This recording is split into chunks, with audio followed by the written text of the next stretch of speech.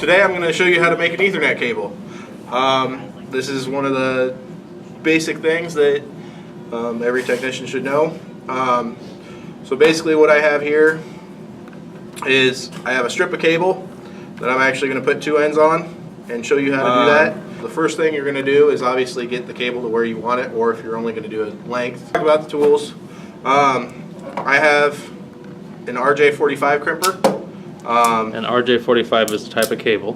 RJ45 is the type of cable.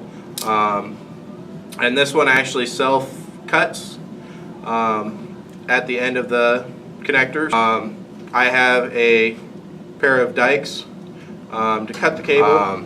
This is my wire stripper. There's multiple ones out there. And then I have a tester here. If you were doing a longer distance, you would need a loop back device, which is just something that you plug the cable in, and it'll basically create a loop for the tester to actually test. Otherwise, most testers do contain a main and then a loop on the tester itself. There's some of them. Those are the tools. The first thing you're going to do is you're going to take your cable and you're going to strip the outer jacket. So all I did was put the stripper right there, and then I rolled around, and that actually stripped it in a nice perfectly circular cut. The cable that I have is actually shielded cable and meant for underground. So if you see, there is actually a foil in here and there is a drain wire, as well as a second coating. There are different ways to terminate both types of to terminate shielded and unshielded, and I have both the connectors, the different types of connectors. So if you look at the difference in the connectors here, you can see one has kind of a metal outer body and the other one's just a plain plastic body. Normally all of them have this kind of little string here. That's so that you can actually strip the wire back. I usually just cut it. This is not shielded. I'm not going to worry about my drain wire. And then you'll have four pairs. You'll have white orange and orange, white green and green, white blue and blue, and white brown and brown. So you start untwisting your cable, or the pairs, individually, and you get them straight. Line them up. Straightening them is very important because you are going to be putting them through an Ethernet connector, and if they're all kind of weird like this to where they're bended or bent, they won't go through that actual connector. So, but following the B color code, it will always go white, solid, white, solid, white, solid. But there is a specific color order that you follow. And as I'm getting this set up, it starts out white, white orange, orange, white green, blue, white blue, green, white brown. And once I get these all straightened out, I'll show you how that kind of looks when they're all straightened out and kind of going to be together. So if you can kind of see that, they're all in the color code or color pattern that they're supposed to be.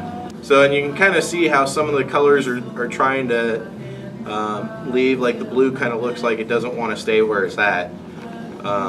So what I usually will do is I'll kind of work the cable just a little bit, just grab it all and kind of bend it back and forth, and that'll help straighten it. And then I will take my flush cut side cutters and cut them all to a nice straight line. Nice straight line. And this is very important because depending on the connector that you have, so once you get to this point, you're ready to put on the connector. So when you're looking at the cable, starting with the white orange, you always put it so that the copper pieces are pointing towards you. So the first pin should always be white orange. So if you can kind of see how there's 8 pins on that connector itself.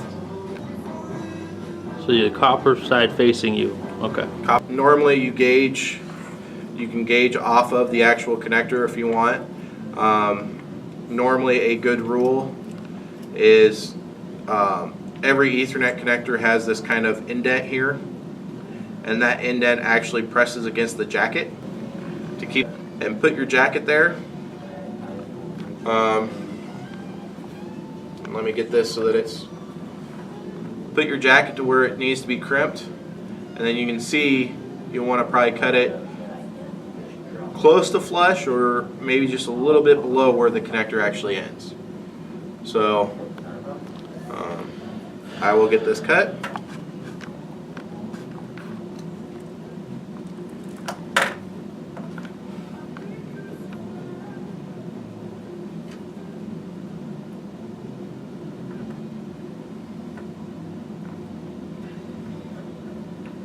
Then you can see I'll have one of the jackets, not the other.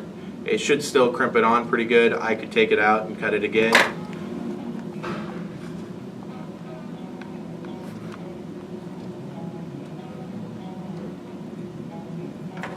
So there you go. It's in there, and that indent should hit that jacket, and then it should be a fairly solid connection. The other thing that you'll want to do prior to crimping, you'll have to just verify through the plastic that you have the correct color code. So, and then crimping, you just install it, crimp it down.